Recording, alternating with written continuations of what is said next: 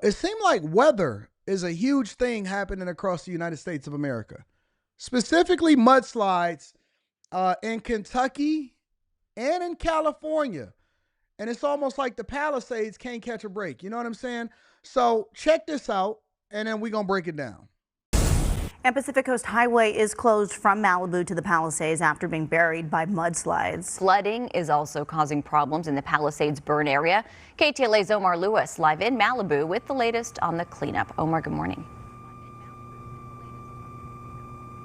Hi, Lauren and Megan. That's right. Just weeks ago, this portion of PCH was covered, was smoldering, I should say. Now it's left covered under water, debris and mud. As you can see here, crews have been working all day long around the clock to clear this highway, but the damage extends beyond the road. Businesses like this one here called a Little Shop on PCH and homes that survived the flames are now struggling against the floods. The past few days have brought intense rainfall to the burn scars, triggering a chain reaction of mudslides and debris flows across the Pacific Palisades. After the Palisades fire, the Santa Monica Municipal Airport reportedly recorded 1.64 inches of rain on Thursday, the city's largest single-day rainfall since February of last year. That water poured down the charred hillsides, pushing mud and rocks across miles of PCH. Crews worked quickly to clear the road, but the damage didn't stop there. At Duke's, a neighborhood staple along the coast, the restaurant and parking lot were overwhelmed by thick mud. A county fire front loader was brought in to dig them out, but the inside of the restaurant was not spared either. The last few weeks have brought particular climate whiplash to residents of the Pacific Palisades and Altadena burn zones, as properties that survived the fires now became threatened by the floods. How come every time there's a mudslide or there's a fire or there's a hurricane, how come people now identify it as climate? They don't just say, hey, it was a mudslide, or, God is dealing with Los Angeles, or they're dealing with the Palisades, or it's a hurricane or anything like that. It always comes back to terms, it seems, that's looking to program us to believe that this agenda that's being pushed by green climate activists and tree huggers and all of these people, they're always saying, in this particular climate, and more climate change is coming. I just have to keep thinking about the miracle of the house itself being saved, and so all of this that's happening is okay. I can deal with it.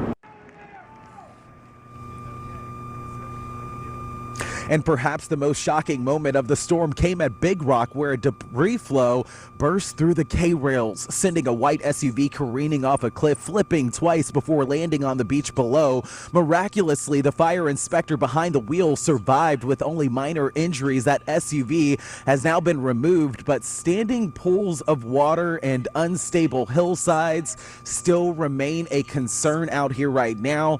Back out here live, you can see those standing pools of water, while they have made a pathway here on PCH for emergency crews only to get through this area. There's still a lot of mud and debris out here as well. Only time will tell if more damage will be coming this way, as these hillsides still remain unstable and more of them could continue to fall down. Of course, we'll keep you posted on this developing story, but that is the latest for now here live in Malibu this morning. I'm Omar Lewis. Lauren, Megan, we'll send it back to you. Hey, for all of my Californians that always sit there and say, oh, no, listen, there's nothing like California. I don't care about the crime. I don't care about the weather. I don't care about this. I don't care about that. For all of my Californians that are adamant that nothing is wrong over there, or that, hey, man, I'd rather deal with mudslides and forest fires and tornadoes and earthquakes and all of that stuff, and I'd rather deal with everybody stealing and, bad government, high taxes and all of that stuff, than to deal with what you guys are dealing with over there in the snow in the Midwest or the East Coast. Do y'all sometimes, and I'm cool with it, because I'm not trying to ever convince anybody from California to leave California. But here's my question. Do y'all ever be thinking, like, when this type of stuff happens, when you have back-to-back earthquake, forest fires, then mudslides, and your house is only standing on stilts, and it's holding on by a thread and you're the only house inside of the neighborhood because everybody else's house is burned down, do you ever be thinking to yourself, honestly, do you think to yourself like, you know what? I don't know. I'm not really sure that this is for me anymore. You say, hey, they're not like us.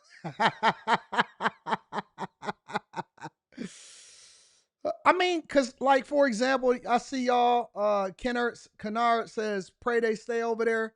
Some people say, pray for California, pray for the people over there in California. But then, like, if you keep on doing the same thing over and over and you keep voting the same way and you keep getting the same legislators and you keep getting the same 4 or 5, like, you keep on dealing with it all the time. Or let's say, for example, somebody's house survives, right? And the forest fires and they somehow miraculously and God spared your one house. But then you just leave it like it is and you just pray that no other fire's coming. You don't do any kind of modifications, adding a sprinkler system on your roof. That sounds crazy to me, adding a sprinkler system on your roof. When you don't do anything after that and you just leave it like it is, what do you be thinking? You know what I'm saying? I got Omar, you, thank you Leland. for We the don't get there. update. This week's winter storm does continue to have devastating effects in the Eaton fire burn area. KTLA's Carlos Herrera is live there in Sierra Madre, where residents are beginning the cleanup. Carlos. Ladies, good morning. Only remnants of the mud and debris flow from just 2 days ago here in the Eden Fire burn area. We're seeing local authorities diverting traffic here this morning, also making room and way for the heavy machineries that are coming through this area to continue the cleanup efforts. You can see the dump trucks and the bulldozers that arrived here just a short time ago, again resuming their work. Although you only see mud and debris over to the side of the roads, they say they have a lot of work to do in these Sierra Madre neighborhoods. And this is why, take a look at the video, because even after 48 hours, the scenes are scary. They're intense as mud, water, and debris came rushing down these scorched and saturated hillsides in Sierra Madre, sending all of it right into these residential streets and homes in the Eaton Fire burn area. People now left with a muddy and dangerous mess, and they will be cleaning up and digging themselves out of it for several days. The rain was so heavy it caused the dam at the Sierra Madre debris basin to overflow for the first time in nearly 50 years. Many were Like, y'all don't be thinking to yourself like, man, God is dealing with us. forced to park their cars down the hill from their mud-caked neighborhoods. They had to hike a few miles to and from home until public works crews were able to clear these roads. We spoke with Laura Bruno. She says this was pretty bad, some of the worst debris flows she's seen in this neighborhood, but she's thankful that the county has worked nonstop. Luckily, we are okay from both, yes. But the area, though, muddy mess. Very muddy mess. Luckily on our street we're clear, but they're using the street as a pathway for the bulldozers. Yeah, I think it's just the crews and the equipment, the heavy equipment, and then the 5 a.m. wake-up call for everyone to move their cars today. Yeah, that's crazy, right? And then diverting traffic and all that. Yeah. I can't be bothered, bro. Honestly, I genuinely can't be bothered. But here's what's happening over in Kentucky. Kentucky, they facing a severe storm that killed at least 8. And it got really, really bad across the United States of America in a lot of different places. Check it out. Tonight, historic and deadly flash floods slamming the South. We have lots of roads that are closed due to flooding. At least 8 dead in Kentucky, fears that number could go up. More than 1,000 rescues, crews racing to save people stranded in rising waters. You can see the scope of the damage in communities across the state. Entire neighborhoods wiped out and underwater. The governor today declaring a disaster emergency. This is one of the most serious weather events we've dealt with in at least a decade. Stay off the roads. If you hit water, turn around. It's not worth dying. Power out to hundreds of thousands across the region. The devastation hitting Tennessee, a catastrophic situation unfolding in the northwest part of the state after floodwaters overwhelmed the levee pouring into this community. Rescue crews rushing resources to the area. Water's coming down pretty quick and getting pretty high. Neighborhoods from Tennessee to Virginia underwater. Some places getting nearly 8 inches of rain since just yesterday. And it wasn't just the floods, 4 confirmed tornadoes across the South too. Yeah, I'm straight. You know, I'ma just chill. Honestly, I plan on splitting my time between Miami and Michigan. I'm going to stay in Michigan all this year, pretty much for the rest of the season. Maybe not, honestly. I'm thinking after my wife and my daughter's birthday, maybe I'll shoot back out to Miami for a little bit. I'm not really sure. But Michigan is a pretty safe space for me. I believe that starting next year, I'll be splitting my time between Miami in the winters and Michigan in the summers. And then you kind of manage it whenever hurricane season is out over there in South Florida, and then you switch over to Miami or maybe even the Keys.